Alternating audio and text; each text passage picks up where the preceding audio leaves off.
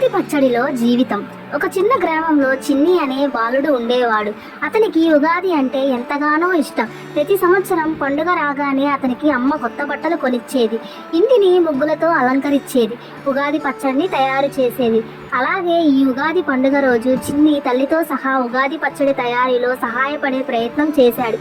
చిన్ని ఆశ్చర్యంగా, అమ్మా, ఈ పచ్చడిలో చక్కెర, మిర్చి, ఉప్పు, వగరు అన్నీ కలిపేస్తున్నావే, ఇది ఎందుకు?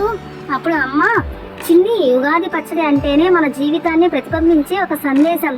ఇందులో ఉన్న ప్రతి రుచికి ఓ అర్థం ఉంది అంటూ తీపి, బెల్లం సంతోషాన్ని సూచిస్తుంది, పులుపు, రసం అనుభవాలను సూచిస్తుంది, కారం, మిర్చి సవాళ్ళను సూచిస్తుంది, వగరు, నిమ్మరసం బాధలను సూచిస్తుంది, ఉప్పు జీవితంలో సమతుల్యతను సూచిస్తుంది, మామిడికాయ ముక్కలు ఆశలను సూచిస్తాడు. చిన్ని ఆలోచిస్తూ, అమ్మ, అంటే మన జీవితం కూడా తీపి, పులుపు, కారం, వగరు అన్నీ కలిసే ఉందా? అమ్మ, అవును బాబు, జీవితంలో ప్రతి అనుభవం అవసరమే. సంతోషం, బాధ, సవాళ్ళు అన్నీ కలిసే మనకు నిజమైన అనుభవాన్ని ఇస్తాయి. ఈ ఉగాది మన జీవితాన్ని అన్ని అనుభవాలతో స్వీకరించండి. పండుగ శుభాకాంక్షలు. Happy Ugadi to all.